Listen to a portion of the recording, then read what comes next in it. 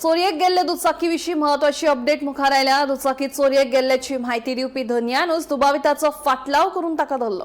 दुबाविता कडेन मेळिल्ली दुचाकी आपल्याक दुसऱ्या कडल्यान मेळ्ळा असो दावो केल्लो आसलो तरी दुचाकीच्या धन्यान दुचाकी चोरयेक गेल्ल्याचें सांगलां। दुचाकीच्या धन्याक चोराक धरून पुलिसांच्या सुवादीन केलो।